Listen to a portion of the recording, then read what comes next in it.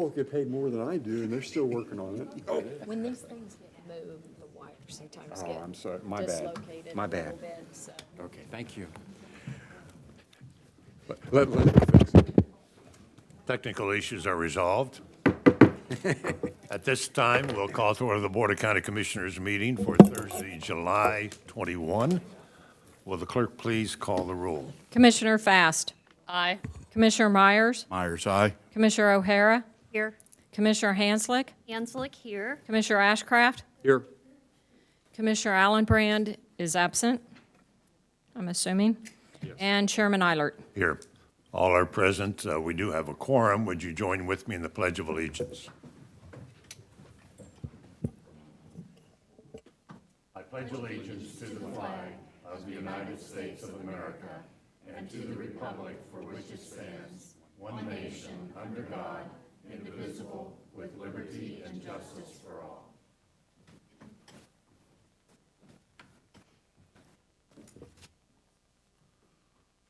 On a somber note this morning, Commissioner Allenbrand is not with us today. Unfortunately, her daughter passed away earlier this week, had been ill for some time, and so she is dealing with that family situation, and she has our thoughts and our prayers as she and her family move through this difficult time. So hope that those folks in the audience will also recognize that. We do not have any recognitions or proclamations to note this morning, so we will turn to the public comment portion of our agenda. If you're commenting virtually or in person, the time limit is 2 minutes. There is a modem on the podium if you're speaking in person, which will track the time. And if any speaker goes over the 2 minutes, then the chair will be required to ask you to conclude your comment. So at this time, I'll ask the clerk to read the name of our first speaker.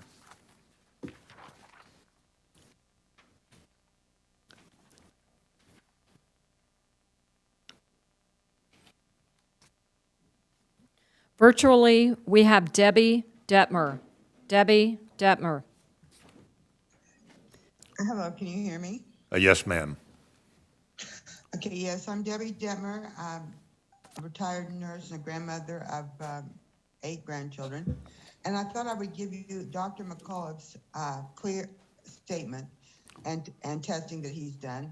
On a clear and convincing basis, the vaccines are causing death. Dr. McCullough uses the Bradford-Hill tenets of casualty to determine the vaccine's relationship to death. So number one, is it a big signal? Yes, 12,000 U.S. Deaths are reported through the VAERS. Number two, is it biologically possible? Yes, the spike protein is lethal. Number three, is it temporarily related? Yes, 80% of the deaths are within a week, 50% are within 2 days. And 4, is it intentionally consistent? Internally consistent? Yes. And number 4B, is it externally consistent? Yes. And 5, have randomized trials confirmed this?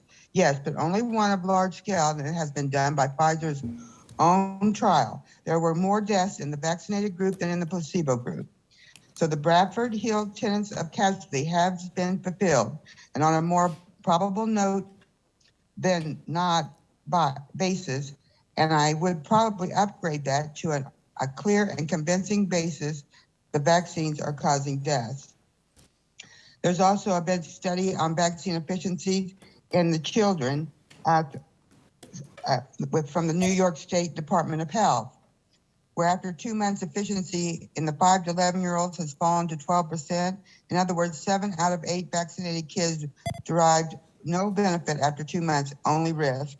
And the data were deprived from 365,000 children, and apparently there was no way CDC could spend them, or 12% was the best spend they could put on the data. So the vaccines are not safe and effective. There has been 9 pages of adverse effects from the from the shots supervisor itself. Thank you. Thank you very much. Your time is up. Next speaker. Yes, just 1 second. Okay.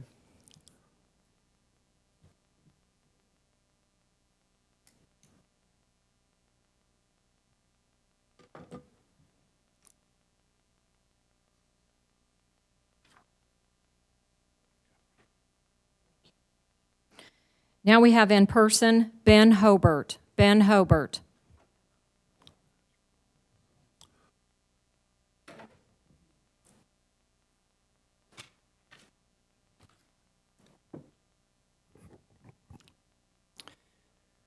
Ben Hobart, Westwood Hills. My comments relate to this board's resolution of April 29, which strongly recommended that every eligible Johnson County get the so-called COVID-19 vaccines.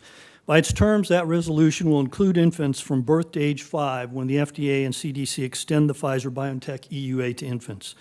Will this board re-examine its resolution when the EUA is extended in light of the numerous and increasing number of clot shot adverse events? Will this board examine the adverse events and use your discernment to do what is in the best interest of Johnson County and infants' health?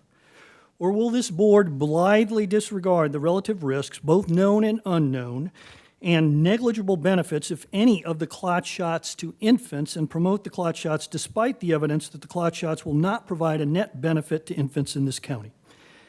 After my wife Ann gave birth to our children, we were always around them. We changed their diapers and fed them. We got their formula. We clothed them. My guess is that is the case with most parents with infants. In this context, what does this mean? Infants have been subjected to their parents' presence over the last 28 months since January 2020, or such lesser time since their birth. They have undoubtedly been exposed to one or more of the COVID-19 mutations. We know that the so-called vaccines, also known as the clot shots, do not prevent transmission. Accordingly, it is reasonable to surmise that most infants already have natural immunity to COVID-19 and its mutations.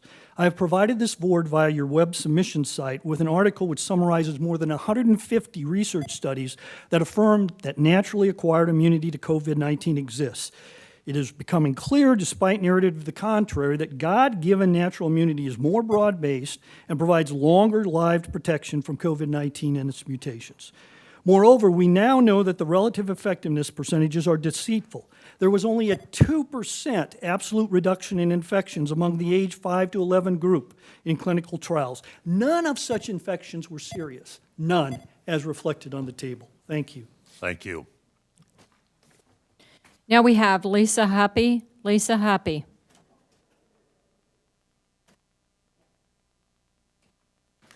Good morning.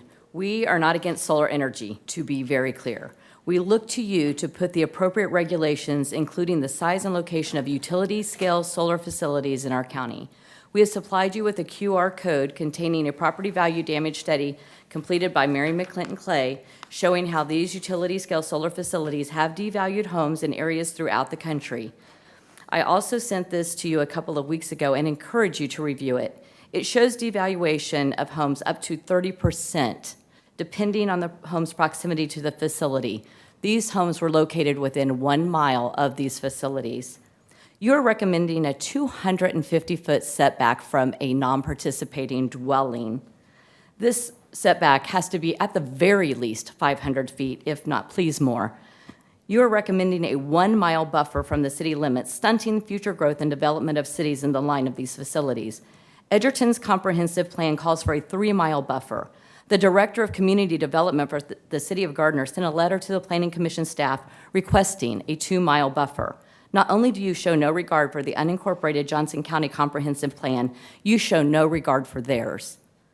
At the April 4th Board of County Commissioners meeting, your appraiser said he researched the effect of home values of other facilities and found that homes devalued and then came back up in 3 to 4 years. Admittedly, he said it was a 10-acre solar farm. That is a solar garden, 10 acres. And the nearest home was a quarter mile away. That's 1,320 feet. You are recommending 2,000 acres and 250-foot setback. That is a big difference. I think you would all agree, like rats to elephants difference. Please consider these regulations being changed. Thank you.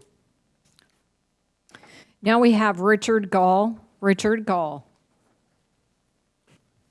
Richard Gall, 38400 West 183rd Street, Edgerton, Kansas. That's in McCamish Township.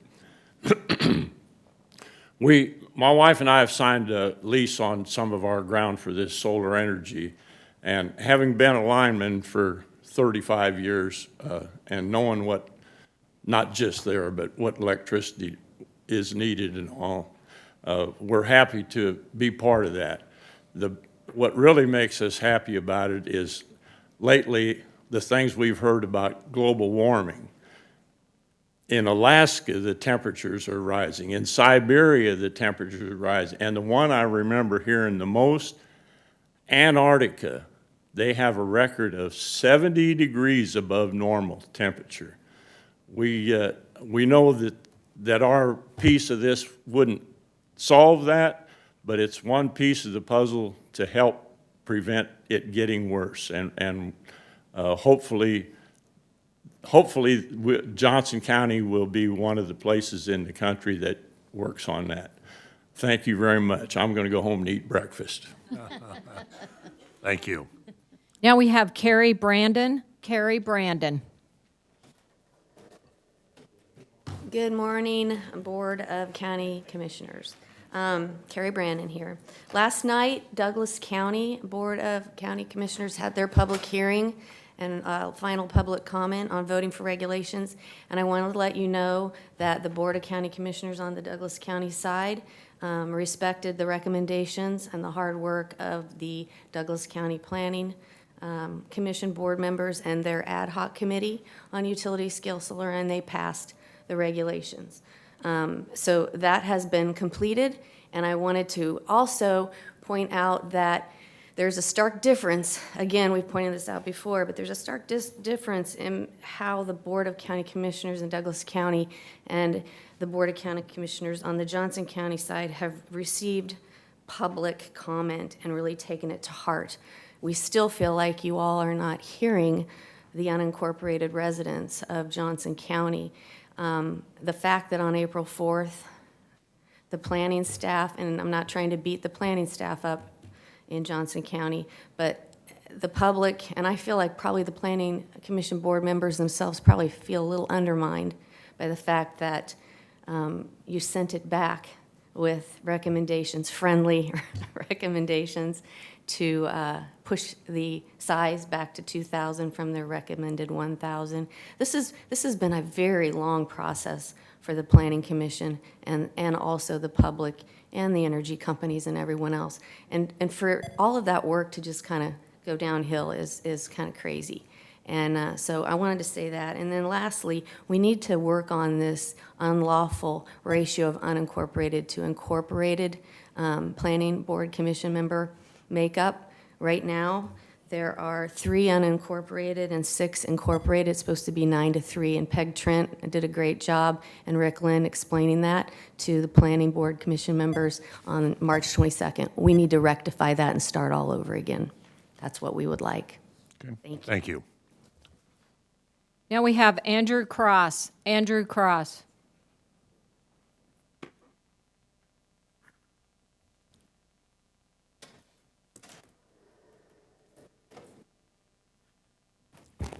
Andrew Cross, Shawnee.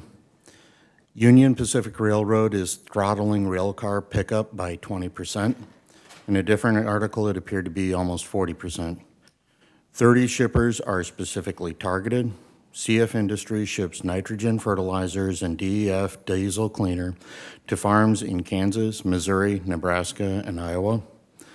Union Pacific is trying to add 100 locomotives and 450 new conductors, but also wants to remove 15,000 cars of 300,000 on their rails.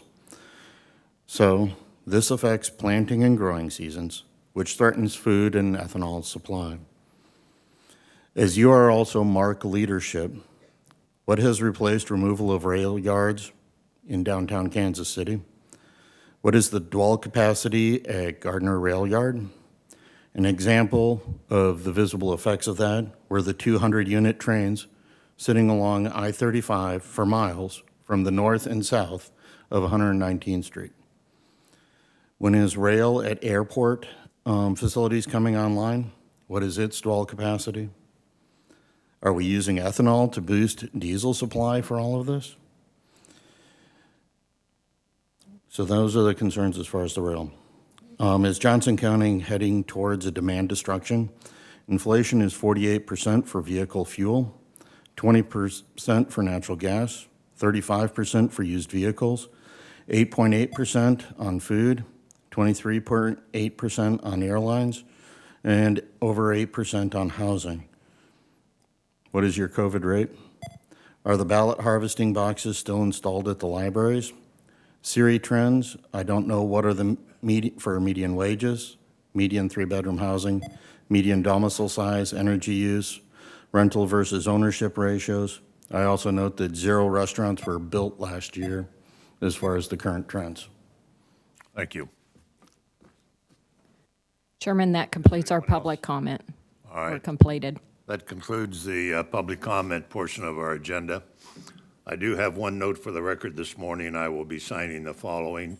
Attachment C, Certificate of Non-Federal Match Form for the Department of Health and Environment for the quarter of January through March 2022 for outreach, prevention, and early intervention services. That concludes the notes for the record. We will turn to the consent agenda. Item number 1, consider approving the March 31st, 2022 business session minutes. And item number 2, consider authorizing an exception to the county's purchasing procedures as permitted under procedure number 110.180, paragraphs A.4 and A.16 for the purchase of DNA kits, reagents, and supplies by the Sheriff's Office Crime Lab from Life Technologies and Promega in an annual amount not to exceed $250,000 for each vendor annually for a period of 3 years. All right, is there any item a commissioner would like to have considered separately? Is there anyone present who would like to have an item considered separately? If not, do I hear a motion to approve the consent agenda? Ms. Hanslick. Yes, thank you, Mr. Chair. I move to approve the consent agenda as presented. Meyer, second. Hanslick made the motion. Meyer seconded the motion to approve the consent agenda as presented. Will the clerk please call the roll? Commissioner Fast. Aye. Commissioner Myers. Myers, aye. Commissioner O'Hara. Yes. Commissioner Hanslick. Hanslick, aye. Commissioner Ashcraft. Yes. And Chairman Eilert. Aye.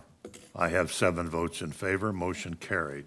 Actually, Chairman, we have Excuse- 6 votes. 6 votes in favor. Thank you. Thank you. Next item. Item number 3, resolution number 020-22. Consider City of Olathe application number PR21-0018 for a revised preliminary development plan for I-35 Logistics Park. Application number PAR 22-0004 for a final development plan for Scannell Building Number 2, and application number FP 22-0002 for a final plat for I-35 Logistics Park 4th plat located nearby the northwest corner of 159th Street and Clare Road, Olathe, Kansas, and located within 1 mile of the New Century Air Center. Mr. Leipzig. Good morning, Mr. Chairman, members of the board. Jay Leipzig, the planning director. I'm filling in for Diane Wicklund this morning for this item. This item is before you because it is within 1 mile of the New Century Air Center. It is not within the flight corridor. There's actually 3 applications that are part of this application, or this item. First application is a revised preliminary site plan for the I-35 Logistics Park development. The second application is a final development plan for the Scannell Building Number 2, Phase 2, which includes 569,579 square feet of industrial warehouse space.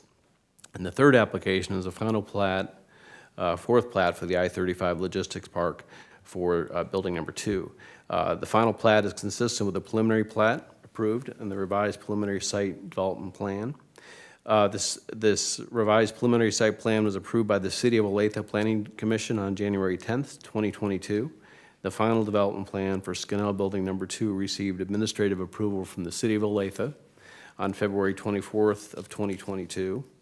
And then the Olathe City Council approved the final plat on March 16 of 2022. This item was brought before the Airport Commission on March 23rd, 2022. It was unanimously approved with the usual stipulations.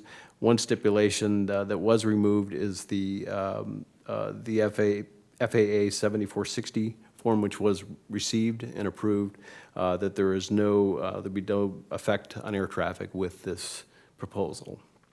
So with that, I'll stand for any questions you might have. And this has staff approval also? Yes, it does, sir. And this project is within the corporate limits of City of Olathe? Correct. Is that right? Okay. Yes, that is Ms. O'Hara? Yes. Mr. Leipzig, is this going to impact the infrastructure that the county is responsible for? I know that I've been having a lot of conversations about 199th Street and the tens of millions of dollars that of infrastructure that possibly will be paid for by all the county taxpayers. And I don't know if you have been driving around looking at all of these huge warehouses. I mean, this within the last 5 years, this has just changed the complexion of the county and down by Gardner Airport and then on down by Edgerton. And I'm just really concerned about the impact on the infrastructure that we are responsible for. And I believe that Olathe is giving this project a 50% property tax abatement, which is much better than what is happening in some of the other municipalities. But have we been looking at this seriously? Because, I mean, our roads are being pounded to death. And we have truck traffic on 199th Street with no shoulders and just drop-off ditches. Commissioner O'Hare, Jay Leipzig, Planning Department. Yes, this does, your statements are correct in that the city of Olathe is also providing improvements for 159th Street on this project.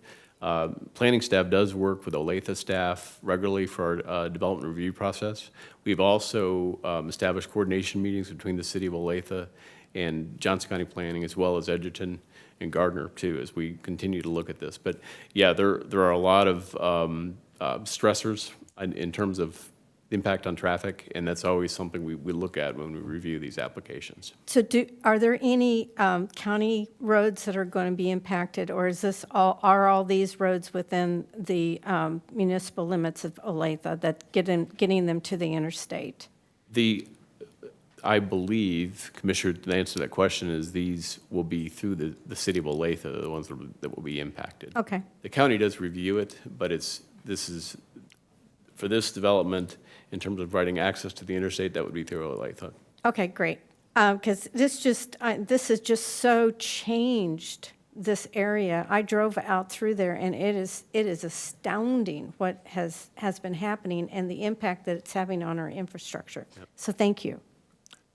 Other questions? Mr. Ashcraft? Thank you, Mr. Chairman. A follow-on to Commissioner O'Hara's questions. The access points appear to be Old 56 and 159th, which I believe are the city of Olathe, but Clare Road going south, is that considered an access point for this? And that will be county responsible areas unless it's in Gardner. My understanding, Commissioner Jay Leipzig again, is that the access points 159th will be the primary access for it. Occasionally, I mean, you can't say that they won't occasionally drive down Clare, but Clare really is not the main point of access. Will be 159th into the project. Thank you. Thank you. So, Other questions? Ms. O'Hara? yeah, I didn't realize that Clare Road was going to be one of those access points. And the problem is that the truckers, they use their GPS, and they really don't care what the status of the road is. They go that direction.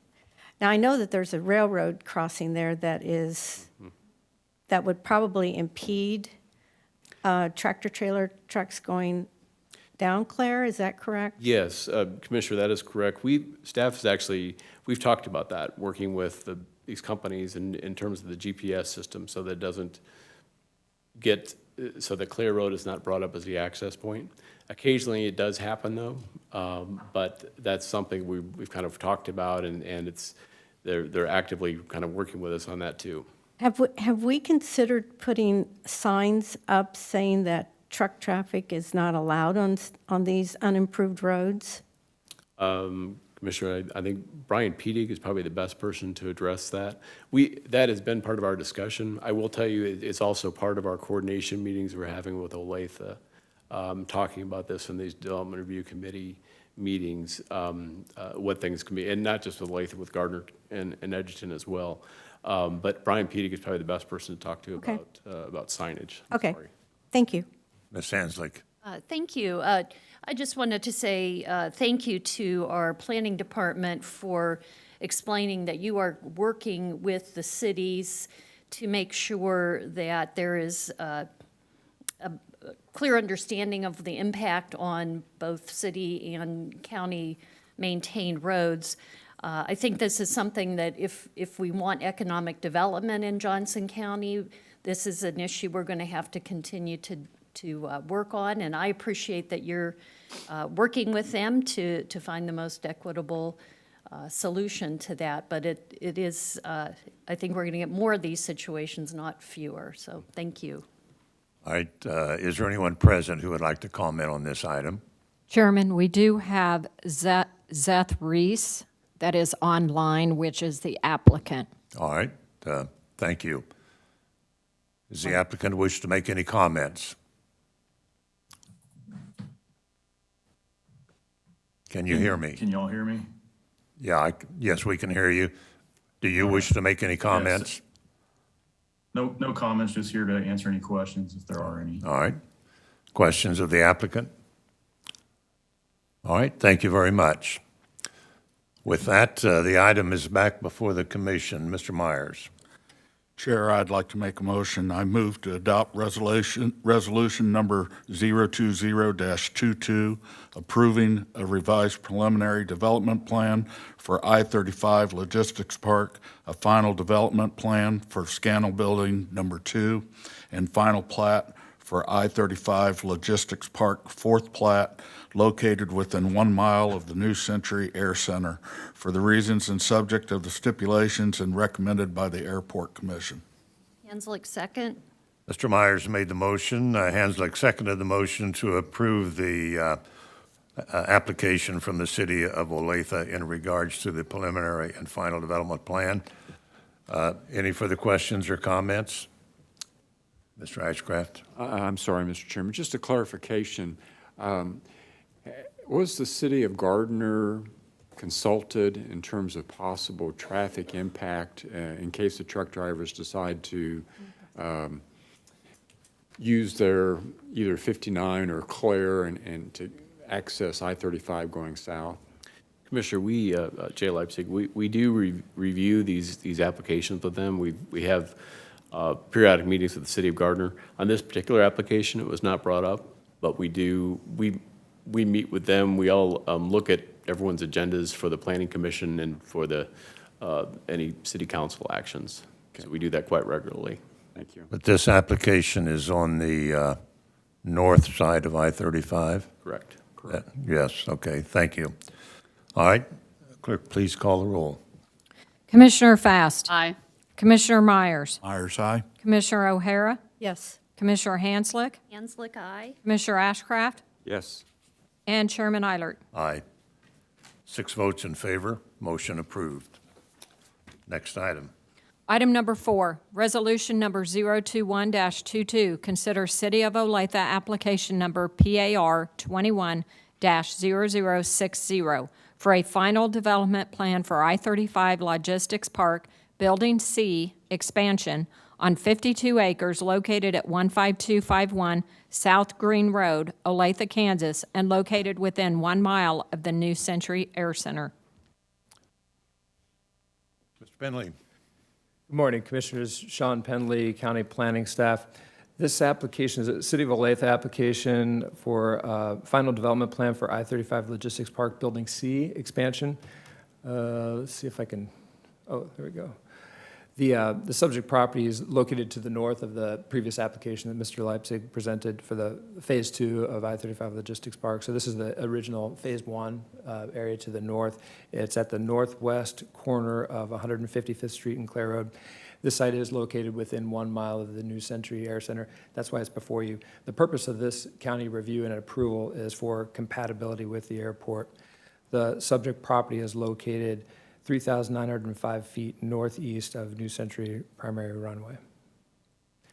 This aerial map here shows the location of the subject property outlined in blue and the proposed expansion for Building C, which is to the south of the existing building. The subject property is 52 acres in size. This is all part of the existing industrial zone district. The proposed building addition is 316,816 square feet, and it's an addition to the building, which is existing 556,000 square feet, with a new total building area of 873,498 square feet. This is consistent with the original plan. This original plan for the I-35 Logistics Park was approved in 2014, and it's generally consistent with where the original building was sized at approximately 900,000 square feet. The proposed development plans outline the addition to the south of the existing building. The proposed building addition this is a floor plan showing that addition, basically following the same building lines as existing. The proposed building addition will match the existing height of the building at 43 feet from grade. Let's just go through some additional renderings showing the building addition that's consistent with the existing building. Staff reviewed the plans for compatibility with the New Century Air Center plan. The future land use designation in this area is airport industrial, so it follows the land use plan. This site is not located within a flight corridor. The applicant has filed the FAA 7460 review to confirm that no airspace issues are impacted, and that FAA determination showed no hazards to air navigation. The City of Olathe approved this application on March 14th, 2022, and the Airport Commission held a public hearing for this item March 23rd, 2022. Nobody from the public spoke at the hearing. Staff recommends approval of this application. The Airport Commission also recommended approval subject to the stipulations included in the resolution. The applicant is Arco National Construction, and Alexis Wilson is available on Zoom. I'm happy to answer any questions. Well, Mr. Penley, thank you for reminding us that both of these items are responsibility to review with compatibility to the airport. That's our function in this regard. Is that right? That is correct. All right, thank you. Questions? Ms. O'Hara. I'm just going to reiterate that, again, this just is another example of this development just happening so rapidly, and it is severely impacting our infrastructure. And I think that perhaps we need to have a committee of the whole study session on this, because I've been talking to the commissioners in Miami County, and they're saying there's no way that they're going to improve their roads because they don't want the truck traffic, and Gardner is saying one thing and the county's saying another, and it's a mess. I mean, it's really a mess. So I would really encourage the board to consider having a committee of the whole and really study this issue, because we're going to be saddled with tens of millions of dollars in road improvements, especially along 199th Street. And the folks out there, they don't want that semi-truck traffic. And so I would just really encourage the board to consider having a committee of the whole, and so that we can actually delve down and see if we can come up with some suggestions and some remedies to these situations, because it's not fair to the taxpayers of the county as a whole to be subsidizing these huge projects. I applaud Olathe for limiting their tax incentives to 50%, but many of the other communities are giving far more tax dollars away. Okay. Well, the cities of Gardner, Edgerton, and County Public Works, and consulting with Miami County as well as City of Olathe. Those discussions have been ongoing and will continue. And I am sure that when any resolution is available, that it'll be presented to the commission for their review. Other comments, Ms. Hanslick? Yes, thank you, Mr. Chair. I appreciate Commissioner O'Hara's concern about this situation, and she uses the term, it's a mess. I'm wondering if you can provide a report to the rest of the commission explaining your concerns and what that means when you say it's a mess. I think it's really very straightforward. We're going to be having from Public Works a proposal to improve 199th Street because of the truck traffic, and that's in the county. And it's very simple. Miami County doesn't want the truck traffic. The folks on 199th don't want the truck traffic. It's basically that these warehouses have just popped up, and there was really no long-term planning as to how to handle this truck traffic. Can you And put now, that in writing? Because you Well, said let me- people along the, Let me interject. Those issues are under review, have been under review, and in some cases, there are differences of opinion between the cities involved. And so those issues are being worked on. They're not being forgotten. They're not being overlooked. And, but there is no consensus yet on a resolution. So that will continue. Yes, Ms. Fast. Well, I know Commissioner Allerbrand's been working on traffic and transportation plan, and she's been meeting with all the cities. So they're coming together on that and with their public works. I mean, that's what she's reported. I don't, that is not my area of the county. I will. And I have the floor. And the chairman, and this is a state issue in annexation. If they want to add on, they have that right under state annexation laws, correct? Yes. I mean, annexation, landowners have the right to sell. And so, I mean, I don't see how the county can prevent that. Well, again, I don't want to diminish any of the issues that need to be resolved, but this application comes before us. It is in the city of Olathe, and our decision is to determine whether it's compatible with the airport or not. So, all right, is there anyone present who would like to speak to this item? Is the applicant present to speak? Yes. They're virtual. Hold on.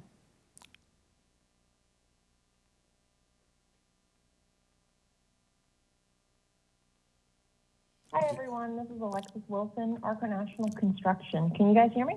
Is there any comment you'd like to make? Nope, I do not have any. If you guys have any questions, though, All I right. just would Is like there- to say I think this is... Is there a question of the applicant? All right, if not, thank you very much. A motion would be in order. Excuse me. Okay, a motion would be in order, Mr. Myers. Thank you, Chair. I move to adopt resolution number 021-22, approving a final plat plan for I-35 Logistics Park Building C expansion located within 1 mile of the New Century Air Center for the reasons and subject to the stipulations as recommended by the Airport Commission. Hanslick, second. Myers made the motion, Hanslick seconded the motion to approve the application submitted by the city of Olathe. Is there any further questions or comments? Ms. O'Hara. yeah, again, have we discussed the impact on roads that the county is responsible for? And this is the same logistics park as the first application, correct? Sean Penley, County Planning Staff. That is correct. This is a part of the same industrial park that was presented previously. This is in the city of Olathe. Okay. City of Olathe does do a traffic review of all these developments. They do coordinate with city staff. Of course, that's something separate from the airport review that we do, but they do coordinate and they do require traffic impact. And again, the major impact would be on Clare Road going down to 175th Street, trying to get to I-35. Well, actually, We will discuss this later this morning in agenda review for the New Century Commerce Center to the south. That is in the unincorporated area. The traffic in this area, a part of all this industrial traffic, as what we have found in all the traffic studies, all of the truck traffic will actually be going on 159th East to I-35. They use that new interchange at 159th and Lone Elm. Should be, all the trip distribution plans I've submitted with traffic impact do not show truck traffic going south on Clare because that's not a viable outlet for the truck traffic to go to through Gardner. They are going to I-35 and 159th Street. So all the truck traffic will be using the improvements along 159th Street. Okay, and again, we just need to have signage to make sure that we discourage any truck traffic going south on Clare.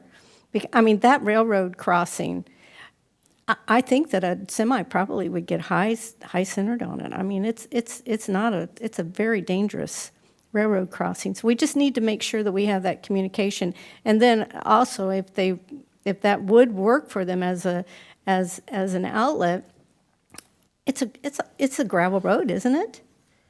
Well, regarding Clare Road, I would defer to Public Works on any plans for truck traffic or no truck route. Anyway, we just need to make sure that we communicate that that is not an appropriate road for truck traffic. Okay, thank you. Thank you. Any other comments, Mr. Ashcraft? Thank you, Mr. Chairman. Mr. Penley, thank you for that clarification on truck traffic usage. That was helpful. Right. Welcome. Okay. Any other comments? If not, clerk, please call the roll. Commissioner Fast. Aye. Commissioner Myers. Myers, aye. Commissioner O'Hara. Yes. Commissioner Hanslick. Hanslick, aye. Commissioner Ashcraft. Yes. And Chairman Eilert. Eilert, aye. I have 6 votes in favor. Motion carried. Next item. Item number 5, invitation for bid IFB number 2022-020. Consider authorizing term and supply contracts with Polydyne Incorporated and Solenis LLC to furnish polymer for Johnson County wastewater in an amount not to exceed $1 million annually for a 1-year term with 4 additional 1-year renewal terms. Ms. Pekarik. Good morning, Chairman and Commissioners. Susan Pekarik with Wastewater. There's no funding as part of this request. The request is for approval of a contract. Johnson County Wastewater uses polymer, which is a chemical that's commonly used in wastewater processing to remove water from biosolids. We use it for thickening the solids before further processing at the treatment facilities, as well as for removing water before we haul the solids off-site for ultimate disposal. Currently, we purchase polymer for 3 of our facilities, the Nelson, Tomahawk, and Middle Basin facilities, and there we use it for thickening and disposal, or removing water, I should say, for thickening and disposal. And then we purchase smaller amounts for other facilities where we just thicken. We've been using a contract with Polydyne through a contract through the city of Topeka, and that contract was competitively bid. In November, the board extended that contract through the end of March because we knew with the new Tomahawk facility coming online that we would go out to the market and bid our own contract.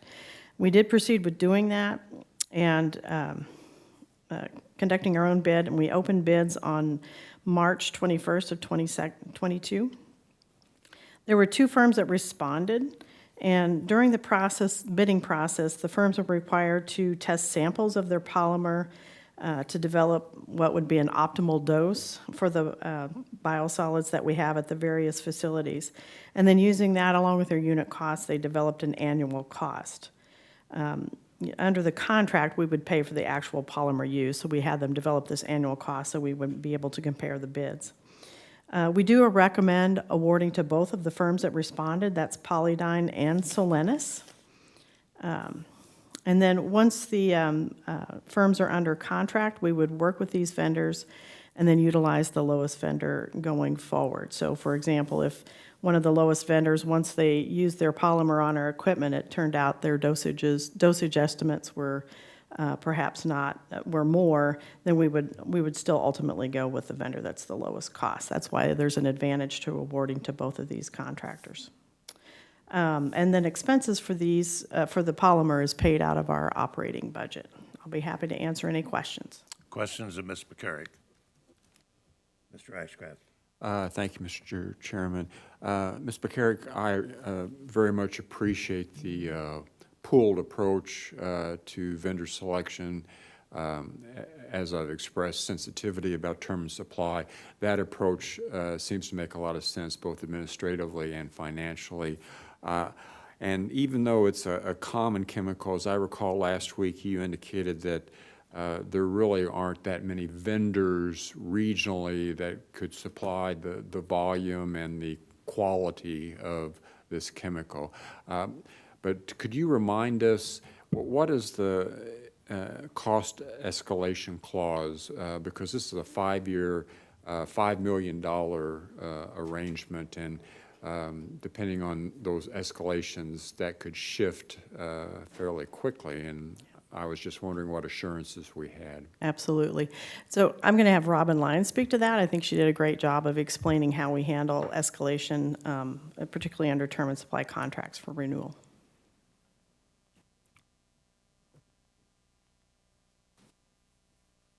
Robin Lyons, Purchasing Manager. So the contract term is for 1 year. The cost is locked in. The vendors do not have the opportunity to increase the cost for that initial term. At the end of the term, then the contractors have the ability to adjust the cost at that point. The county has the option to take that increase or to put out a new solicitation, depending on a lot of different factors. Okay, thank you. Thank you. Any other questions? Is there anyone present who would like to comment on this item? If not, it's back for the commission. A motion to be in order. Ms. Hanslick? Thank you, Mr. Chair. I move that the board authorize term and supply contracts with Polydine, Inc. and Salinas, LLC to furnish polymer for Johnson County wastewater in an amount not to exceed $1 million annually for a 1-year term with 4 additional 1-year renewal terms per IFB 2022-020. Do I hear a second? Myers, second. Myers seconded the motion. Hanslick made the motion to authorize the contracts with the vendors as reported and noted. Any further questions or comments? Clerk, please call the roll. Commissioner Fast. Aye. Commissioner Myers. Myers, aye. Commissioner O'Hara. Yes. Commissioner Hanslick. Hanslick, aye. Commissioner Ashcraft. Yes. And Chairman Eilert. Aye. I have 6 votes in favor. Motion carried. Next item. Item number 6, consider approving the final plat for the Rock Creek Pump Station property located at 5701 Rowe Avenue in Mission, Kansas. Ms. McCarrick. Thank you, Chairman. Susan Picaric with Wastewater again. Again, there's no funding as part of this request. This is a request to approve a final plat. The Rock Creek Pump Station is located in the city of Mission near the intersection of Rowe Avenue and Johnson Drive and Shawnee Mission Parkway. The board accepted the property from Kansas Department of Transportation, or KDOT, in December of 2021. Prior to that, the pump station was located on KDOT right-of-way. By accepting that property, that allows us to secure the site not only for the existing facility, but for any future upgrades we would need. At the same time, the board also granted easements for Evergy for power to the site. We worked with the city to plat the property, and the board, as the owner, is required to approve and sign that plat. The city council and city planning commission have already approved this final plat, and that plat document is included in the packet as part of your packet today. So I'll be happy to answer any questions. Questions? Is there anyone present who would like to speak to this item? All right, if not, a motion would be in order. Ms. Hanslick? Thank you, Mr. Chair. I move the board approve the final plat for the Rock Creek Pump Station property located at 5701 Rowe Avenue in Mission, Kansas. Do I hear a second? Myers, second. Hanslick made the motion. Myers seconded the motion to approve the final plat for the pump station as recommended. Any further questions or comments? Clerk, please call the roll. Commissioner Fast. Aye. Commissioner Myers, Myers, aye. Commissioner O'Hara, Yes. Commissioner Hanslick, Hanslick, aye. Commissioner Ashcraft, Yes. and Chairman Eilert. Eilert, aye. I have 6 votes in favor, motion carried. Thank you. The next items, I'm going to ask the clerk to read the next 3 items into the record. We will vote on each item separately. Will the clerk please read the items? Item number 7, consider approving and transmitting the 10th Judicial District's SFY 2023 Juvenile Justice Comprehensive Plan Grant application in the amount of $1,632,691.81 and the SFY 2023 Juvenile Corrections Advisory Board, JCAB, grant application in the amount of $400,773.17 to the Kansas Department of Corrections, Juvenile Services, KDOC-JS, and authorizing the associated positions, contracts, and client services. Item number 8, consider authorizing and submitting the SFY 2023 application for a reinvestment grant and regional collaboration grant to the Kansas Department of Corrections, Juvenile Services, as approved by the Juvenile Corrections Advisory Board in the amount of $403,250.75 to support programs and interventions for justice-involved youth.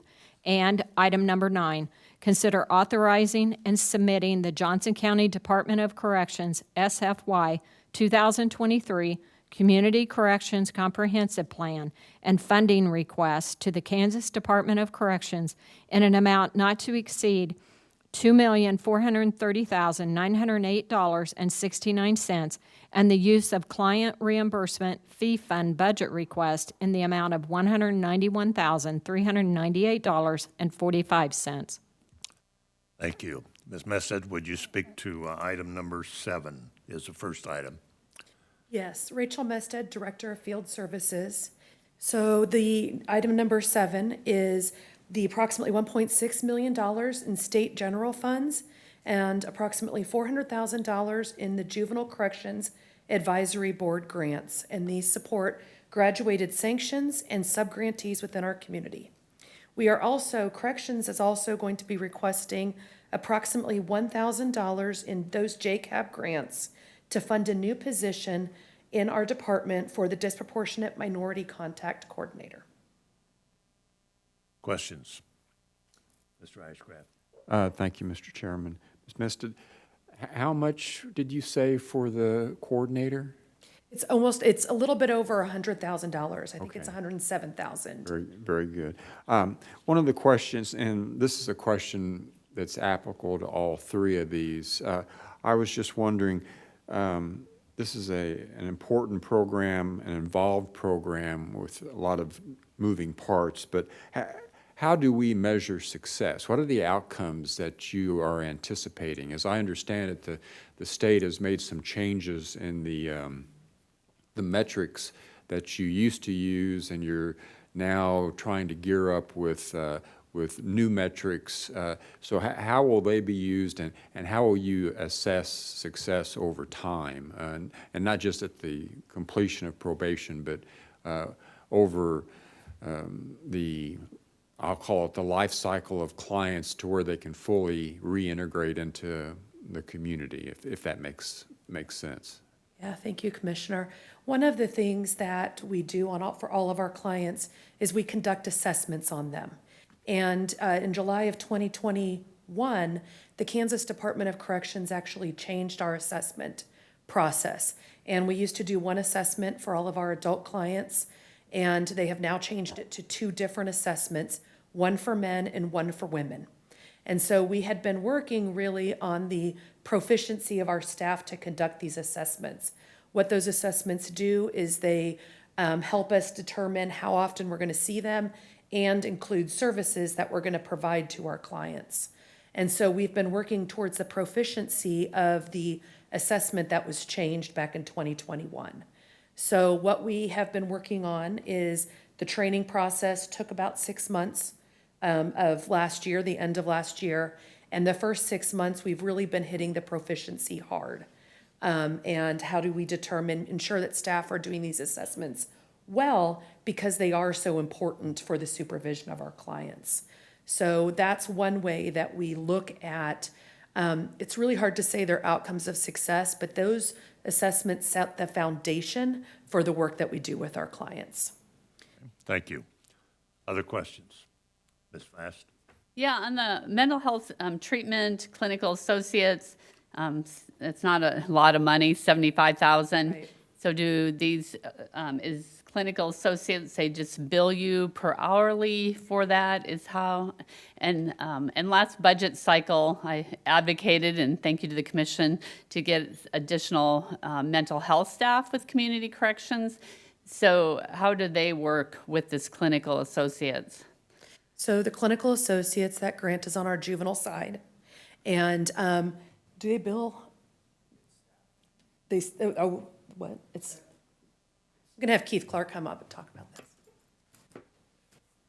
Good morning, Keith Clark, Department of Corrections. It is, their grant is set up to where we pay staff to run groups and to facilitate various groups associated with their services that they deliver.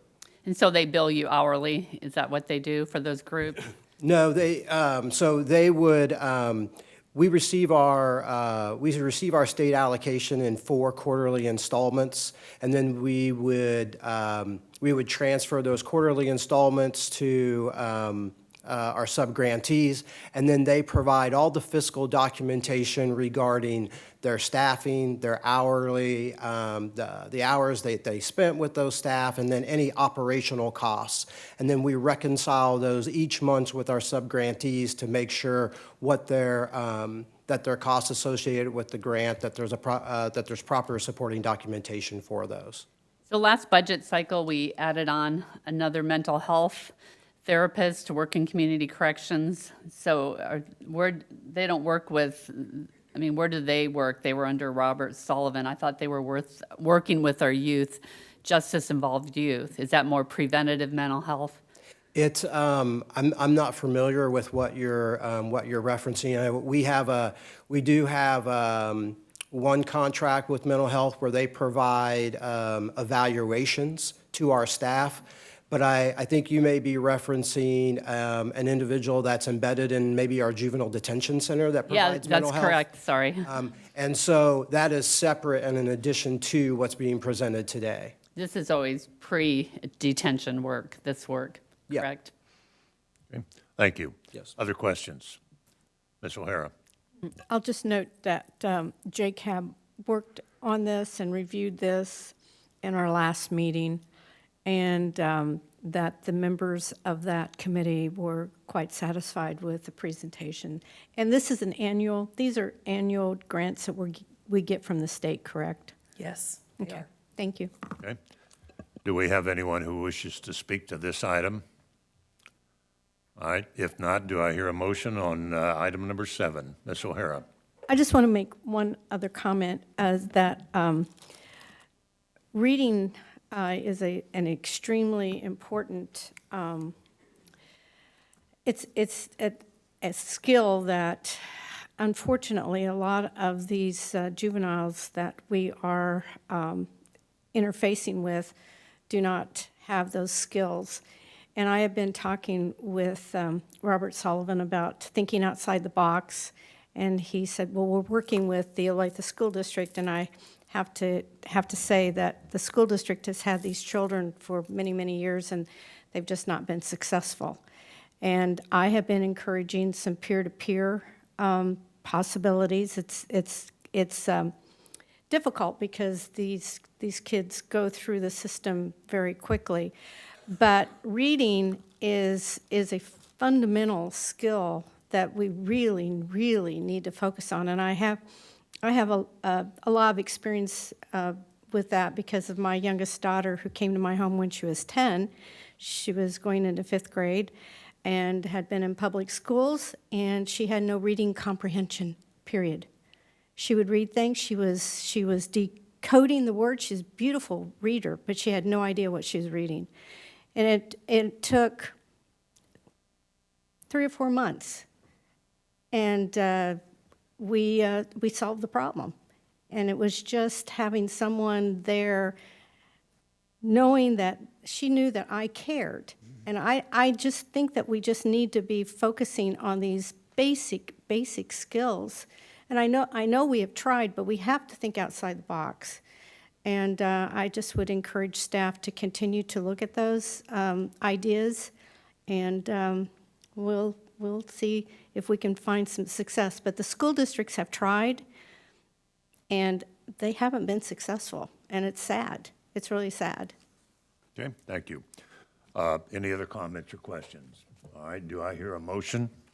Ms. Hansley. Thank you, Mr. Chair. I move to approve the 10th Judicial District's SFY 2023 Juvenile Justice Comprehensive Plan in the amount of $1,632,691.81 and the SFY 2023 Juvenile Corrections Advisory Board grant application in the amount of $400,733.17 and its submission to the Kansas Department of Corrections Juvenile Services as recommended by the Juvenile Corrections Advisory Board, and authorization of the associated positions, contracts, and client services. Do I hear a second? I second it. Hanslick made the motion. O'Hara seconded the motion to approve the grant applications for 2023 in regards to the Juvenile Justice Comprehensive Plan. Any further questions or comments? Mr. Ashcraft. Thank you, Mr. Chairman. Just one follow-up question.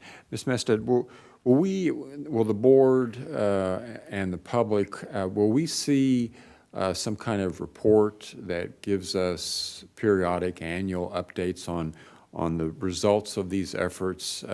I'm sure the committee, I trust the committee will, but is that something that will be shared with the board and/or publicly? Yes, we will present an annual review, but we also do provide quarterly reviews to Kansas Department of Corrections, and we would be glad to share those with you as well. Thank you. Okay, thank you. Other comments? If not, clerk, please call the roll.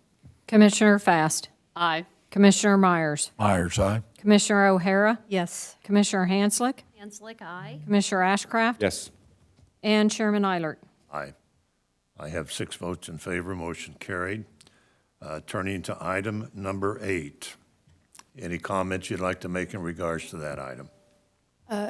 No big additional comments. This is just also part of our juvenile comprehensive plan, and we're scheduled to receive approximately $403,000 to support the juvenile reinvestment collaboration grants. Okay. Questions? All right. Is there anyone present? Do we have anyone who wishes to speak to this item? If not, a motion is in order. Ms. Hanslick. Thank you, Mr. Chair. I move to authorize the Johnson County Department of Corrections to submit the SFY 2023 application for reinvestment grant and regional collaboration grant to the Kansas Department of Corrections Juvenile Services as approved by the Juvenile Corrections Advisory Board in the amount of $403,250.75. Do I hear a second? Ms. O'Hara made the second. Hanslick made the motion to approve the authorizing and submitting the SFY 2023 application as noted and recommended. Any further questions or comments? If not, clerk, please call the roll. Commissioner Fast. Aye. Commissioner Myers. Myers, aye. Commissioner O'Hara. Yes. Commissioner Hanslick. Hanslick, aye. Commissioner Ashcraft. Yes. And Chairman Eilert. Eilert, aye. I have 6 votes in favor. Motion carried. Item number 9. Any comments from staff? This is for our adult comprehensive plan and our adult funding from the Kansas Department of Corrections, which is approximately $2.4 million of state general funds and $191,000 in fee funds to support our adult intensive supervision program and our services at our adult residential center. Okay, questions? Is there anyone present who'd like to speak to this item? If not, the motion is in order. Ms. Hanslick. Thank you, Mr. Chair. I move to authorize the Johnson County Department of Corrections SFY 2023 Community Corrections Comprehensive Plan and funding requests for submission to the Kansas Department of Corrections in an amount not to exceed $2,430,908.69 and the Client Reimbursement Fee Fund budget request in the amount of $191,398.45. Do I hear a second? I'll second the motion. Any further discussion? The motion before us is to authorize and submit the Community Corrections Comprehensive Plan for 2023 as recommended and noted in the motion. Any further questions or comments? All right, clerk, please call the roll. Commissioner Fast. Aye. Commissioner Myers. Myers, aye. Commissioner O'Hara. Yes. Commissioner Hanslick. Hanslick, aye. Commissioner Ashcraft. Yes. And Chairman Eilert. Eilert, aye. I have 6 votes in favor, motion carried.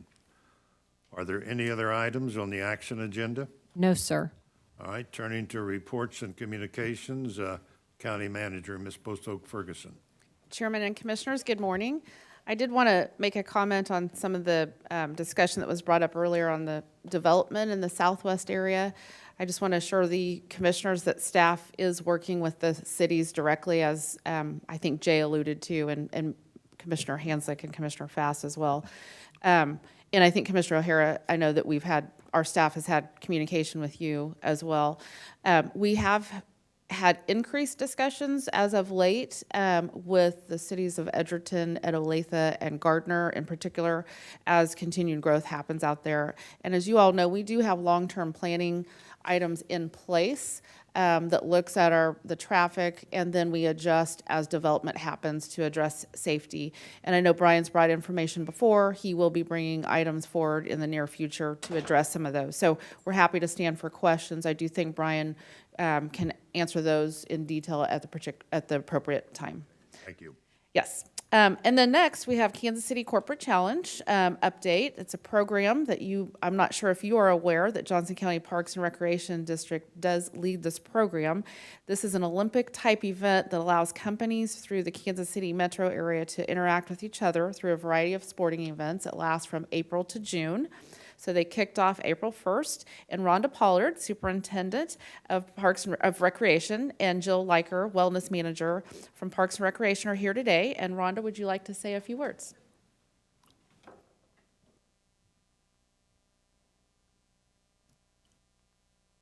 Rhonda Pollard, Superintendent of Recreation for Johnson County Park and Recreation. Thanks for having us today and for highlighting our beloved Kansas City Corporate Challenge. I'm not sure if everybody has heard of it, but this is Jill Liker. She's our Corporate and Community Wellness Manager who oversees Corporate Challenge that lives within her department. And Lacey Fisher is our Executive Director. Lacey, do you want to say just a few words? Thank you for having us here today. As was mentioned previously, we are in the midst of our 43rd season. We are the nation's oldest and largest corporate games, and we are very proud of being an integral part of the corporate and community wellness here within the Kansas City Metro. We're here for any questions you guys may have. Okay. Well, it's an activity that's been going on for some time, so thank you very much for your coordination. Ms. O'Hara. Yes, thank you. Yes, I'm thrilled to see this. I think everyone knows that I am very much into exercise. I did 40 miles on the Flint Hill trails out of Osawatomie over to Ottawa and back last Saturday. And our physical health, and I've been bringing this up to our director, Dr. Areola of the health department, that to encourage him to really emphasize how exercise and diet and good sleep and vitamin D and zinc and all of these vitamins that we need to be taking to build up our own immune system. So I am thrilled that you are out there. I was on my bike for an hour this morning to get my sweat equity in for my health account, and I would encourage everyone to get out and move. Thank you. Could you, how many metro corporate employees participate? And then do we have an average number of Johnson County employees who participate? Do you have that information? I kind of like to speak of our participation in terms of pre-COVID and post-COVID. Pre-COVID years, we were seeing 225 Kansas City Metro companies joining us for the games, and the participation list was over 30,000. This year, we are excited to welcome back 133 companies. Johnson County Parks and Recreation District is, of course, participating. They're out at everything. We would love to see the full Johnson County government in the future games. Okay, all right. Well, thank you very much. Mr. Ashcroft, is it Ashcroft or Mr. Ashcraft? Yeah. Inside joke from last night. Yeah, I was just going to ask if you will be having any equestrian events, because Commissioner O'Hare is quite the rider, so I'm sure she would partake if you so do. We are always open to suggestions. Well, that's true. I was out on my horse a couple of days ago. I hadn't been on her for 2.5 weeks. The weather just hasn't been very conducive. But yes, I am very much into horses also. Yeah. We do pride ourselves on having a little bit of something for everyone. So we're always open to suggestions. This year we had our very first ever Cornhole Tournament, and that was a huge hit. We've been... What tournament? Cornhole. Bags. It's... Oh, Yeah. okay. It's become a really popular sport in the Midwest, and we've been having it suggested to us for years and years, and so we were excited to bring that on board this year. Commissioner Myers would know what that is. Yeah. It's kind of a tailgating sport, to be honest. I'm good at coaching. We'll All right, remember well, that. thank when you very guys- much for being here this morning and sharing this information. We appreciate it, and good luck, and enjoy it. Thank you very much. Thank you. Next item. Okay, thank you for Parks and Recreation for what you do and being here this morning. So next, Earth Day is this Friday, April 22nd, tomorrow. In honor of the day, the Public Information Office has worked with the sustainability team and others in the organization to release an episode of the JOCO on the Go podcast, featuring employees who are contributing to the protection of resources through buildings, vehicles, and business practices focused on reducing waste, saving energy, and much more. And there's additional packet in your in the memo. I can't speak this morning. Manager's memo, and then also jocogov.org/sustainability. So more information to come on that. And then also next is the Siri Report, and this is as of February, so there's not a whole lot of new data to present. However, I will point out the unemployment rate is 2.2% compared to 4.9% January to January. So if there's any questions on the Siri Report, I'll pause there. If not, I'll proceed. Thank you. Okay. Continue. Next is Feed the Need Day is back, May 5th. Happy to share that after a 2-year hiatus due to COVID, we didn't do the event, and so it will be held Thursday, May 5th from 11 a.m. to 1 p.m. here in the Johnson County Square, and proceeds will benefit 7 local food pantries. And the last item is an update on Medical Examiner's Office, and this is for your awareness on death reporting. The Medical Examiner's Office has provided some information on efforts they've been taking to partner with the state vital statistics on death reporting. The Johnson County Medical Examiner's Office has been assisting the state vital statistics for data collection and education efforts to improve the quality of cause of death on death certificates. And through these efforts, the Medical Examiner's Office has been surpassing reporting targets. Additional information is included in the memo, and I wanted you to be aware of that. And then, Chairman, the last item is we do want to give you an update on the announcement of additional judges for our district. Judge Ryan should be coming in around 11 or so, and Laura Brewer is here as a court administrator to talk more about that. So perhaps when he comes in during your comments, and Yes, if not, that'll Laura be no can give an problem. update. All right. And with that, that's it for my report, Chairman. Okay. All right. Are there any other items for us to consider If not, we'll. Chairman, we do have the preliminary CIP report of the Budget Department. Okay.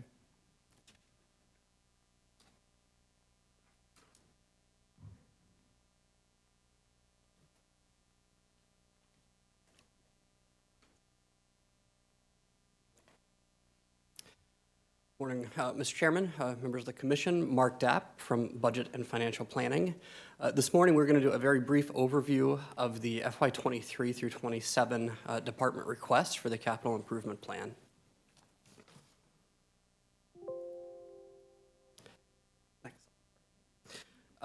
This is a charter-required update to provide to the board before May 1st of this year.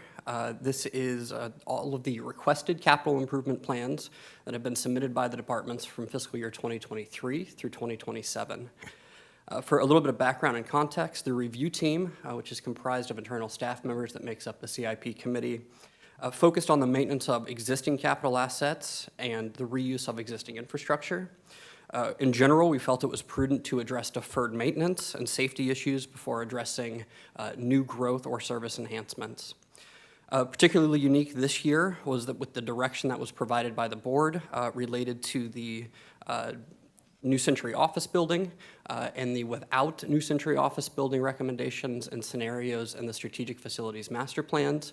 You will see some of the components of those projects that were presented as part of the SFMP reflected in these capital improvement requests. For a bit of background and the definition of the capital improvement plan for the county, I think that the first 4 bullets probably fall into the traditional definition of a capital improvement program. This includes land acquisition, new construction, remodeling, infrastructure, roads, bridges, and wastewater projects. But there are also 3 somewhat unique components of the capital improvement plan. The first of which is equipment or individual vehicles, computer or other system makeover that is more than $100,000 and has a useful life of more than 5 years. There are also studies that cost less than $100,000 but are anticipatory of spending that will exceed $100,000 in future years. And then finally, there are other activities and non-reoccurring expenses. Frequently throughout the year, you will see amendments to the current year capital improvement plan. It is because it has met one of these triggers for the definition to be included within the CIP. This slide and the next slide are just to provide some context as to the scale of the capital improvement plan. Obviously, this slide is not particularly readable in its current form, but it does show you the amount of projects and the dollars that are included within the 23 through 27 plan request.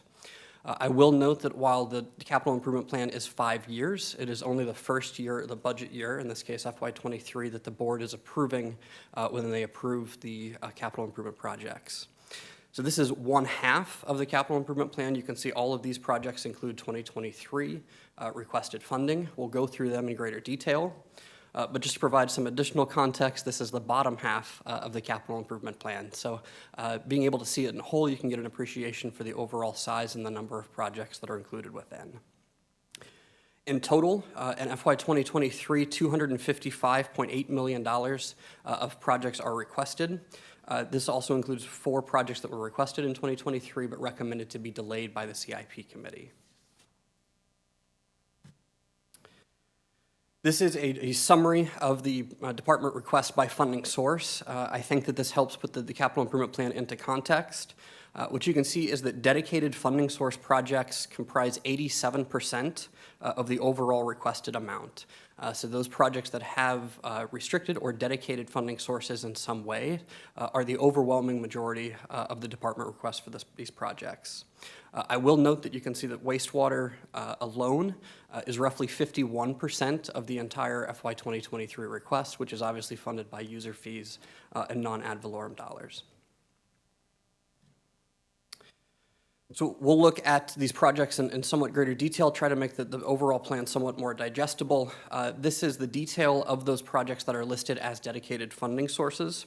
The overwhelming majority of these projects have been included in prior year capital improvement plans and are reoccurring and ongoing in nature. All of these projects are funded with non-county ad valorem dollars or county ad valorem dollars that are restricted specifically for their use in these plans. This is Essentially, kind of the biggest takeaway of the capital improvement plan, these are the projects that have been requested by departments in 2023 that rely on county ad valorem dollars. The total for these project requests is $33.6 million, again, roughly 13% of the overall department request in FY 2023, and they are split into three buckets. The first is the use of general fund balance or county reserves. The second are projects that would be earmarked to be paid for with debt service. And finally, there are the ongoing ad valorem projects that have been included in prior years. I can go into some detail on each of these projects if the chairman would like.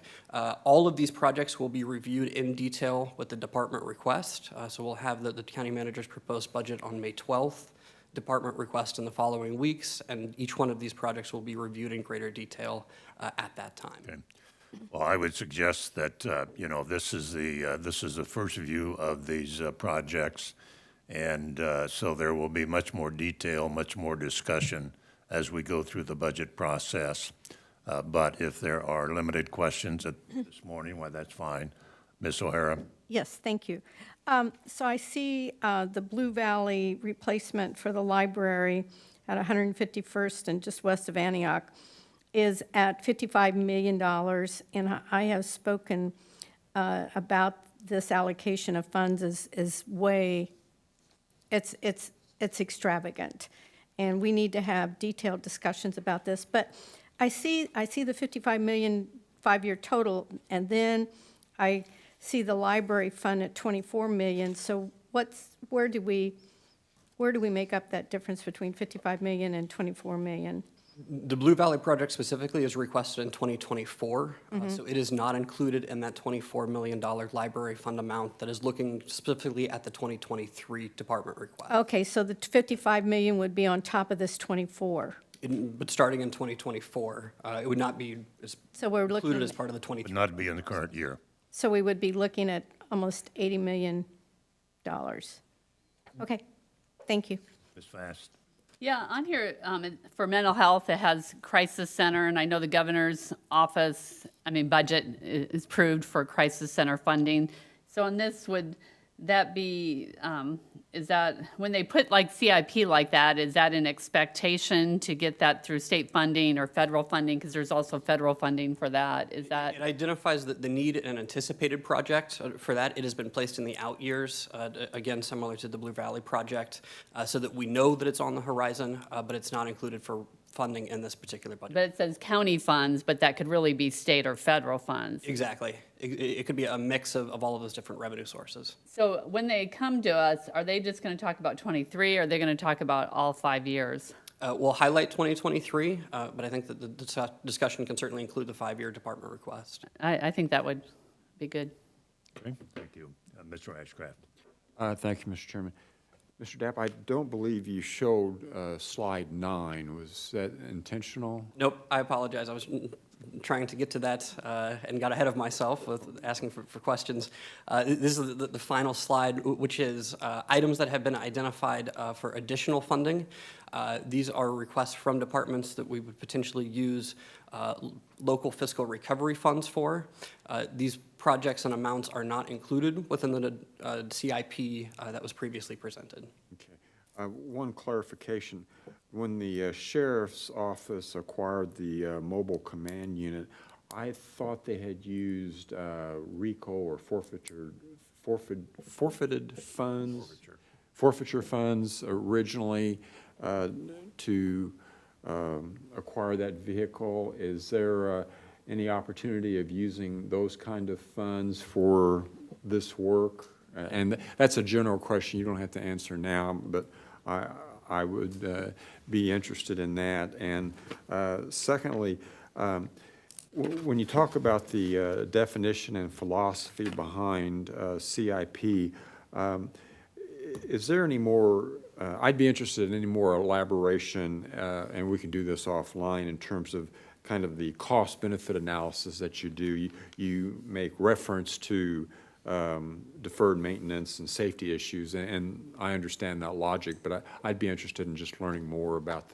the structure of that decision process. Okay. Be happy to have that All right. discussion. Well, thank you very much. Again, there will be much future discussion, I am sure, as we go through the budget process about focused on 2023, but also other items in the projected 5-year time period. So thank you very much. Thank you. Does that conclude our management reports? Yes, it does. Thank you. All right. Turning to commission comments, Ms. O'Hara. I really hope that as we go through this budget season, that we are focused on the fact that this increase in valuations is going to put tremendous, or is putting tremendous stresses on our community, especially those with less income.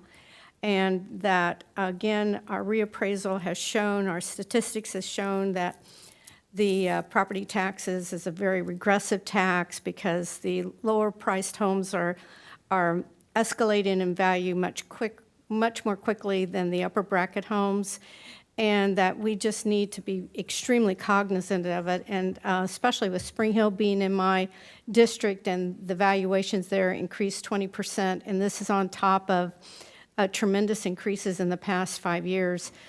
We just need to be extremely cognizant of this as we go forward in our budget deliberations, and that's all my comments for today. Okay. All right. Thank you. Well, again, tax rates are always one of the top issues that we look at. Mr. Myers? Thank you, Chair. This week I attended the KCATA Finance Committee meeting for my first time. A very good meeting, long and a lot of information. I also last night attended with the rest of our board the Council of the Whole Johnson County Parks and Recreation District presentation. Joint meeting, and thought it went extremely well, and was very impressed with the information that was provided. Okay, thank you. Ms. Hensley. Thank you, Mr. Chair. Last Thursday, we had a joint BOCC meeting with the library board, and appreciated that opportunity to learn more about what is happening at the library. On Friday, I attended the First Suburbs Coalition, which is an organization under the umbrella of the Mid-America Regional Council of major municipalities in the metro area. And a highlight of that meeting was a report from Katie Killen, who is the new housing coordinator through MARC. And I think she will be a great source of information and collaboration for us as we continue our work in the area of housing. In regard to Commissioner Ashcraft's comment about the forfeiture, I had the opportunity on Friday to meet with Tom Dugan of the Sheriff's Office because we were all given a copy of the most current forfeiture report, and I wanted to better understand that, and he was very helpful in helping me understand the sources for the forfeiture revenue and where it goes and how it's accounted for. So I highly recommend talking to Tom Dugan in regard to forfeiture, sheriff forfeiture revenue. And then Tuesday night, I had the opportunity to attend the delayed opening reception for the redlined exhibit at the Johnson County Arts and Heritage Center. It was very well attended, very impressed with that exhibit, and really encourage everyone to take the opportunity to go and see it. It's very eye-opening in terms of the racism on which a lot of our neighborhoods were built, and frankly, which we continue to benefit from that redlining, and what we can do to make sure that everyone has equitable access to housing. So thank you. Commissioner Thank you, Mr. Chairman. My recollection about the use of forfeiture funds was correct for that vehicle, wasn't it? Don't you remember that? I don't remember. But, yeah. It could have been. Yeah, Could have been. so that's just kind of a sidebar. Mr. Chairman, I don't know if you know this, but this week, some monumental things happened. This week happened to have a National Get to Know Your Customers Week and National High Five Week. All right. I'm hanging. And National Chocolate Covered Cashews Week. So, I mean, that, pretty good. Bring them with you? Yeah, I where should are have, they? I should have. But you know, there's another very important event that occurred this week, a birthday. I don't know if you are aware of that. It's kind of it's one of those royal celebrations of someone that we all know and love. Queen Elizabeth turns 96 today. Oh, wow. Yeah. And I think Shanae Hanslick had a birthday a little bit earlier, too. So happy birthday. Not quite as many years as the Queen. Happy birthday. Thank you. But as important. Fast. Yes, yesterday I attended Fred Sherman, our Johnson County Election Office has started Behind the Ballot. It was incredible. I was just so impressed. The security measures our election office does for each step of the phase of getting the mail ballots to the mail ballot process. So I would encourage, I asked them to do it again. There's a lot of residents there with great questions, and we just have top of the line Johnson County Election Office in terms of integrity and in security. So would just like to highlight that. Okay, thank you. I have several notes of meetings upcoming. This evening, the Gardner Chamber of Commerce will hold their annual dinner meeting at Warner Place, beginning at 5:30 p.m. I think we'll also include the State of the City address from the mayor. And on Tuesday, April 26th at 5:30 p.m., we will have the joint board meeting with Johnson County Developmental Supports, and that'll be in the lower level of this building. And then on Wednesday, April 27th at 8:30 a.m., will be the joint meeting with the New Century Airport Commission, and that will be held at their facility at New Century. And then Wednesday, April 27th at 1:30 p.m. in the lower level of this building, 202-204, will be the audit committee meeting. And that concludes my notes for the record. Chairman? Yes. I'm not sure how you want to do this, but Laura Brewer is here as court administrator, and we have word that Judge Ryan's on his way. That's fine. Be glad to Want her to receive that. start? Okay. Yeah.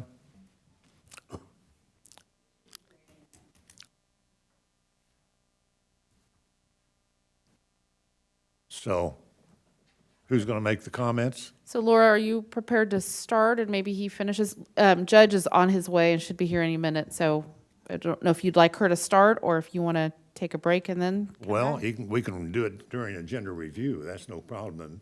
That's fine Why don't we wait also. on the judge also? And so, Laura, thank you very much. We'll put it on hold for just a few minutes. We do have a request for an executive session, a 15-minute executive session. The time currently is 11:03. We'll take a short break for agenda review. And we've got about 7 items on agenda review, so let's see if we can get the executive session started at 11:40. Excuse me, Mr. Chairman, the executive session is going to be for 10 minutes. 10 minutes? Yes. Okay. All right. Well, okay, if we can begin that at 11:40 for 10 minutes. And so, do I hear a motion, Ms. Hanslick?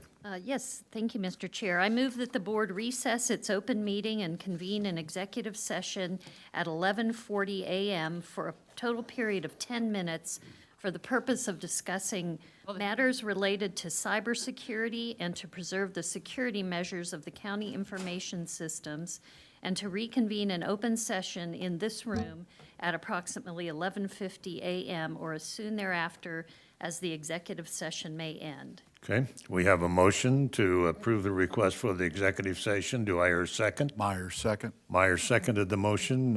Any questions? Clerk, please call the roll. Aye. Sorry, Commissioner Fast. Fast, yes. Commissioner Myers. Myers, aye. Commissioner O'Hara. Yes. Commissioner Hanslick. Hanslick, aye. Commissioner Ashcraft. Yes. And Chairman Eilert. Eilert, aye. I have 6 votes in favor. Motion carried. Judge Kelly Ryan is with us now. So, Judge and District Court Clerk Brewer, would you like to update us on some important information involving the decision by the state of Kansas and our judicial judges? Thank you, Chairman. Kelly Ryan, District Court Judge. Laura Brewer, who's our court administrator. We are surprised and pleased that the legislature has funded 3 new positions, 3 new judge positions for Johnson County that will be in place, hopefully, this calendar year. It's part of an overall legislation that created 23 new district court judges and district magistrate judges throughout the state. We were granted 3 of those. It was a result of a weighted caseload study that I think has been provided to the members of the commission, which, in fact, excuse me, I'm breathing heavily. It's a longer way to walk over here than it used to be. That study indicated that we needed, based on the workload and ability to handle our dockets in a fashion that we felt was appropriate and be able to give it enough time, kind of like the court service officers with their caseload, that study showed that we should have 9 new district court judges in addition to our 19 that we have now, plus 4 district court magistrates. So when they asked us how many would you like, this was back last year when I was chief judge, I said we'd like 9, knowing that that was not very realistic. So in negotiating that, it was, we'd ask for 5, but settled on 3, and quite honestly, I thought it would be 1. If we got 1, I would be amazed. I never thought we'd get an additional new position during the rest of my career. The last time we added a new district court judge position was 2007, and I did go back and look, and Johnson County's population has risen over 86,000 people since 2007, and we've been operating with the same 23 judges since that time. So it is long past due, and we're very appreciative of the legislature for that. All right. Ms. Brewer, did you want to make comment? Just that we're going to do a thoughtful review of the current docketing to determine where these 3 new district court judges will be assigned. We've engaged the help of the National Center for State Courts, who are experts in this area, to assist us with that. What we don't want to do is just randomly assign these to existing, 1 criminal, 1 civil, 1 family. That would be the easy way to dole that out, but that's not what we want to do. We want to really look at what the needs are of the district court and really look for long-term goals of what we want for these positions, whether that be additional treatment court modalities, behavioral court. We obviously have a huge focus on mental health at the current moment, and so we want to be very thoughtful about what the long-term goal of these positions is. Okay. As I recall, the process that is followed, I'll call it a court review committee, which is appointed by the members of the county commission, will interview and review applicants who submit an interest. And then in each case, they will make 3 recommendations to the governor. Is that correct? And the governor will then make an appointment from those recommendations. Yes. It's the 10th Judicial District Nominating Commission that will convene. It was not official until the governor actually signed the large budget yesterday that funded these positions, and that funding will be available July 1st to July 15th.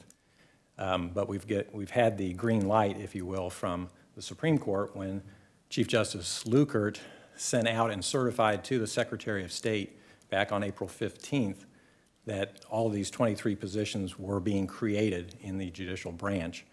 So that has then began the clock, if you will, for the nominating commission. Just received an email this morning we're scheduling that first meeting to organize and decide what the procedure will be, because all three positions, as I believe, will all be going up at the same time. So it's a question of which candidates and how you rank them and how they're sent to the governor has to be decided. But I would anticipate that that's going to be happening sometime in the summer. Yes. Okay, thank you. Well, you mentioned it, but I think it was 8 to 10 years ago, there was a statewide review of courts, the judges, and there was, as you said, a large number from that review recommended for Johnson County. And so that hasn't been accomplished yet, but the three new judges will be of substantial benefit. We are eagerly waiting for them. Yeah. Ms. O'Hara. Thank you. So Judge Kelly, from conversations that the board has had with our district attorney, Steve Howe, that there is a tremendous backlog in the criminal division. So is that where our focus is going to be, as far as trying to get maybe 2 judges there to help with that backlog? Or is that what our focus is going to be? No, well, obviously, that's our predominant issue is backlog. There's a backlog as well on the civil side because their jury trials have all essentially been waiting for us to wade through the criminal ones. We're making significant progress on getting through all those, both through case disposition with plea agreements and trials. We have to take a look at long-term what's needed, and that's going to be an emphasis, I think, with the nominating commission, is looking for persons who would be judges who could be ambidextrous, if you will, and be able to go and cover and help criminal cases in that backlog. But we're making significant, we're advancing and getting those people that have been in custody waiting for trial are being processed through. We have jury trials scheduled in the criminal divisions every other week. We're now scheduling in January of 2023, but we're booked up until then. Okay, so flexibility. Yes. Okay, thank you. Yes. Mr. Ashcraft. Thank you, Mr. Chairman. Mr. Chairman, as I understand it, this is kind of a fait accompli, that we will provide the tools necessary to support the additional judges and the staffing and so forth. But Judge, you indicated something about population increasing, and I went back and looked. Back in 2008 through 2010, the average number of filings was nearly 60,000, but the last 3 years in which the court study's done shows the average number of filings is closer to 50,000. So that actually seems to have gone down. And I've been trying to go through this report, and there's no reflection, as best as I can tell, in terms of the technology and the amount of technological support that we've provided to expedite the use of personnel and staffing. So I wish you well, but I am not sure I necessarily agree with the 9, or for that matter, the 3, just based upon filings. I look forward to having a better understanding of this report. That position is consistent with past years also. Yeah. Thank you. Commissioner Afracas, if I can just briefly, we bring this issue up both with the National Center when they were doing the studies, as well as with the judicial branch in OJA and Topeka. Case filings isn't the only thing you can look at, and those numbers are deceiving. Since our last new district court judge position coincided almost exactly with the great, whichever depression that was, of 2008, when we had the economic downturn. That was the beginning of a huge influx of persons representing themselves because they didn't have the funds to hire an attorney. Across the board, people wanted to represent themselves in criminal cases, but they certainly did in their divorces or in their civil cases. That case filing is just one case filed, but that case can take a lot longer when we're having to try to encourage people to get attorneys. And if not, we have to work with those folks, and that's part of our ongoing training for us, is how to deal with persons that there's this dichotomy. we have to treat them as if they knew what an attorney knows. We can't give them any special favors in hearing the case, but at the same time, to process the case, to get it through, that was what started our self-help center in domestic cases, and then has expanded because there are so many people. The numbers in family court are probably about 60% of cases have at least one person, if not both, that are representing themselves. That's just an example of the case filings being deceptive, I would think. It's part of it. It's part of it, but it's not the entire picture. Okay, all right. Well, thank you very much. So we'll put the nominating committee on notice. There's work ahead. So if you're listening, expect more communications. Judge, clerk, thank you very much. Appreciate those comments and the good news. Yes. Thank you. Chairman? Yes. I would like to just say from a courthouse building perspective, Joe has a few comments on the capacity that is built for adding judges. Yes. Well, we have the capacity, is that right? We have the capacity. We plan for growth such as this. Weren't thinking it would happen this quickly, just as the judge said, but we're working on the time, schedule, costs, those sorts of things to bring to the board. Additional benefit of the new courthouse. All right, thank you. Well, we do need to go back to our executive session review. One quick question. So, I mean, in our budget cycle, we always added on to the magistrate salaries because they were so low. Did the legislature address, the salary issue? When I talked to the nominating committee, they've seen less and less applications because of the salary. Maybe the only thing that exceeded everyone's surprise of 3 new judge positions was the surprise of they included all judicial branch employees, judges and non-judicial staff, in the second half of a 2-year plan. So the judges receive a 5% raise starting July 1st, and the non-judicial staff receive their raises to bring them up to market rates as of 2020. With that, we are also included, because it wasn't a given, that the judicial branch employees were all included with the other state employees receiving a 5% cost of living adjustment also starting July 1st. So that addresses some of it. What about the magistrate, which would be? Magistrates are the same. They're Okay, I didn't, because they've been really undervalued, under market rate. Yes, well, we've had to subsidize those. Yeah, that's what I was saying.